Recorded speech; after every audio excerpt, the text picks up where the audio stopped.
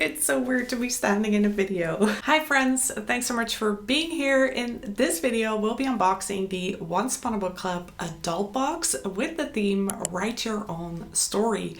And this was definitely the perfect box for a bookworm.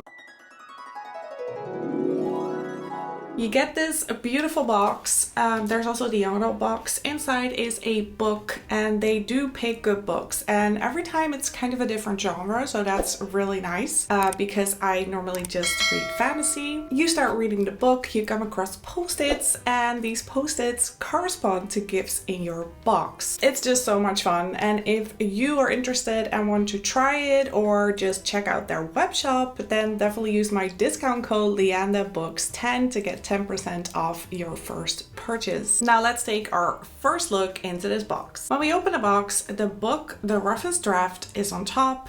Beneath that, the paper items and 4 gifts. As always, I am first going to talk about the book, and after that we'll open the corresponding gifts. The book is called The Roughest Draft. It's a contemporary romance and it's written by 2 authors, Emily Wibberley and Austin Sycamund Broca.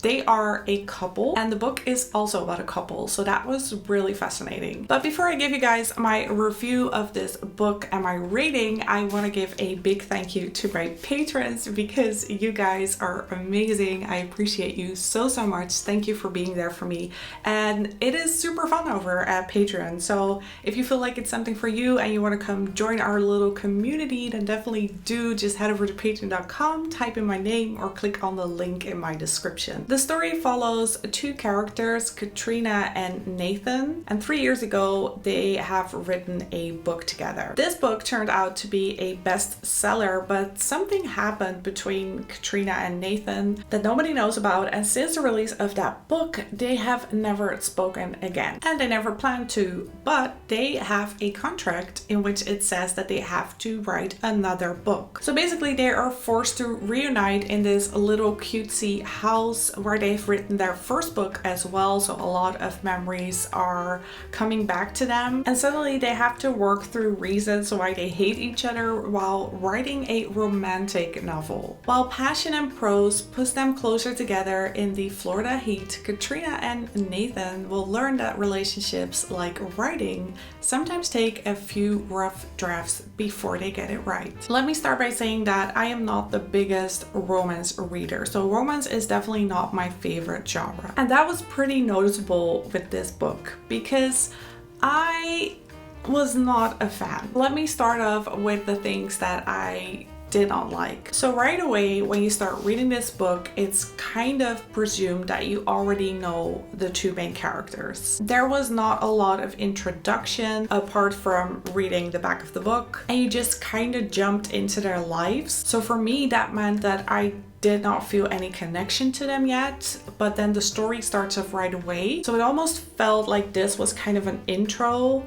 to the actual book. And I think it would have helped the authors if they wrote a prologue or something. They now did that with flashbacks, so a dual timeline in which we see Katrina and Nathan working on their first book and then the present working on their second book, but somehow that didn't work for me. There was just not enough build up, and I know that the point of these flashbacks was to build up the suspense, but I just didn't feel it, and that also resulted in me not feeling an emotional connection with these characters. So I did not care if they wrote the second book together, if they would finish it, if they would get back together. I honestly didn't care, and that was kind of the whole point of this book. So I was really missing a big puzzle piece, and that also meant that I was going in and out of focus while reading this book, and at one point I wanted to DNF it, but then I kind of pushed through for Once Upon a Book Club, but it was not the most enjoyable experience. It wasn't all bad. I did like the writing style. It was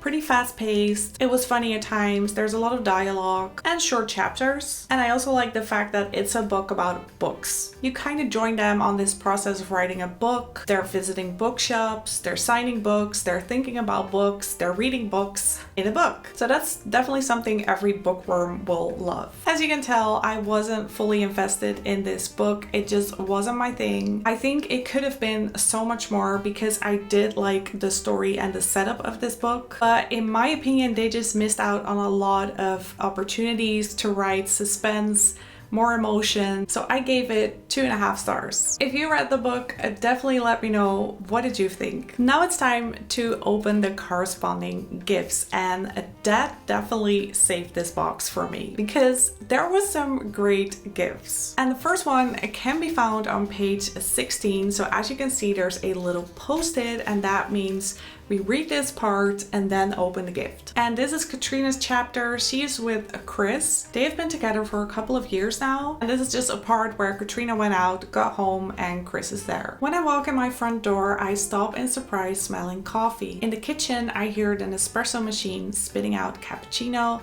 and I have the mental image of some under-caffeinated burglar who's stolen into our place and decided to whip up some Joe while going to work on our valuables. Then I, the place's well-meaning and coffee-hating co-occupant, would surprise him. It would be the perfect inciting incident. It's not my cappuccino burglar, of course. It's Chris, who I realize in seconds has come home in the middle of the day. I walk into the living room where he has spread out his laptop and contract pages into an impromptu workspace. He comes out of the kitchen carrying his coffee and sits on the couch, hardly glancing up. "Where were you?" he asks.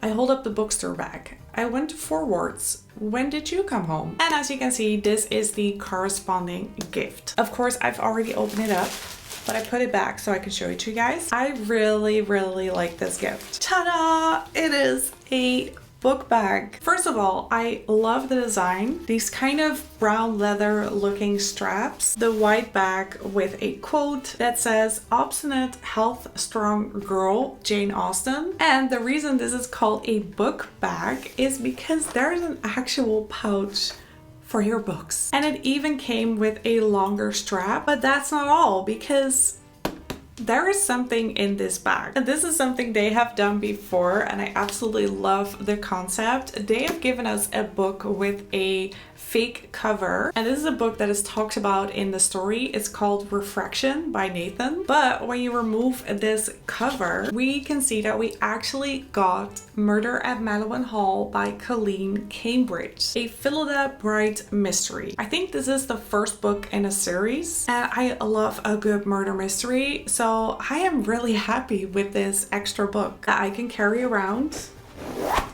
in my book bag. Let's move on to the second post-it. This is a chapter of Nathan present day, and they have just moved into this house in Florida, and they are trying to write this book, or at least come up with a plan to write the book, because at this point they still kind of hate each other. What would a truce look like? My voice comes out skeptical. Neither of us wants to be here, Katrina explains calmly. But here we are. There's no escape except a finished book.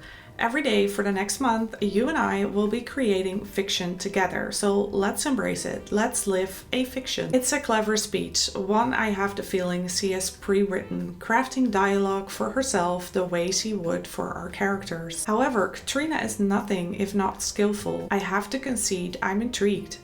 I sip my drink, Katrina's white flag of black coffee. Even over the scent, I can smell her hand cream. And which fiction would that be exactly? I permit myself to ask. The one where we're reconciled writing partners eager to collaborate again. Katrina's voice doesn't waver. For 2 months, we can tell ourselves this story. And here is the gift. And I love how this box looks. When we open it up, there is hand cream inside. And the label reads, Once Upon a Book Club Fiction Hand Cream Coconuts. It is a rich formula that absorbs quickly to instantly soothe a dried out skin, infused with coconut to help revitalize tough, dry and cracked hands to a silky smooth feeling. And then it says how to use. I mean, definitely something everyone can use or at least put in their bag. And it looks really colorful. Does it smell like coconuts? Ooh, yeah, it does smell like coconuts. For this next part, we follow Katrina again, and she and Nathan are on good terms, kind of. and they went outside to a bookstore. I chew my lip, peering in the store's front window where hardcover mysteries and cookbooks stand on display. While I don't really want to admit my hesitation, I know Nathan isn't just going to walk away. Well, I can't now, I say haltingly. I should probably explain this part a little bit more. So there's this thing that Katrina doesn't want to sign books. I believe she has this kind of fear of being recognized. I'm not entirely sure about that, but there's something that she doesn't like about signing books. Nathan frowns. Why not?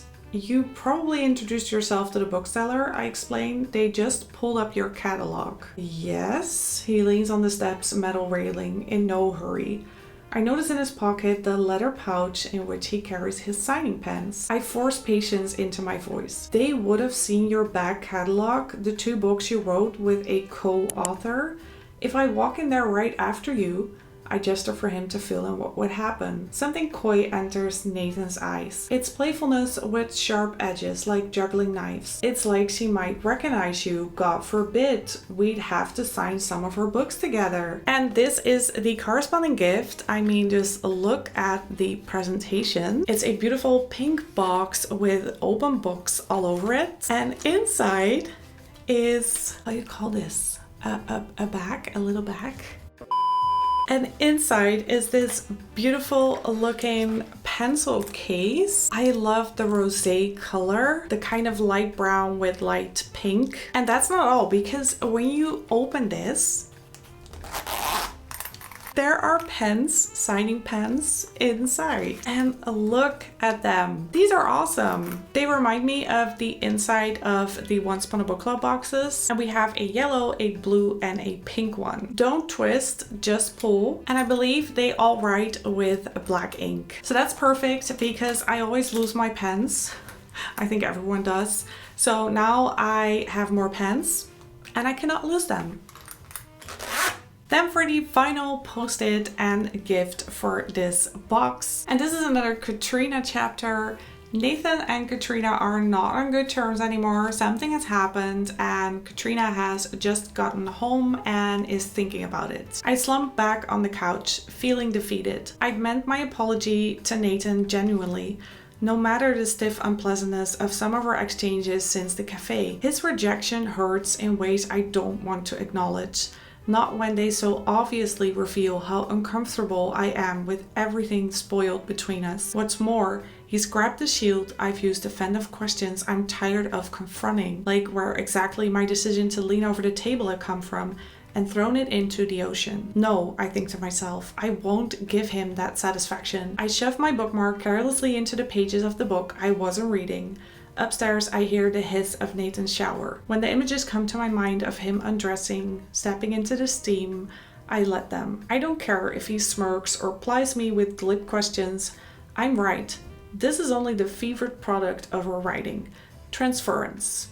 It'll fade. The corresponding gift comes in this little box with a pineapple on there. And when we open it, there's a bookmark. Ooh, it matches my earrings. It's this teal green. I absolutely love that color. There's a cute little tassel and it even says something on here. Read between the lines, which is the perfect quote for a bookmark. Those were all the gifts, and then of course we also got some paper items, the bookmark, the quote card that says, "There's no truth to these pages, but the trick of fiction is to make you think there is. I let myself fall for it as often as I can." And of course the book club kit with a conversation with the authors, discussion question, and read-along dates. And at the back there's always a fun activity or something you can bake or make. And this one says, plot out your story combining your characters' desires, their internal and external conflicts, and merge them together. Start with the main beginning, middle, and end points. This is the overall evolution your character makes.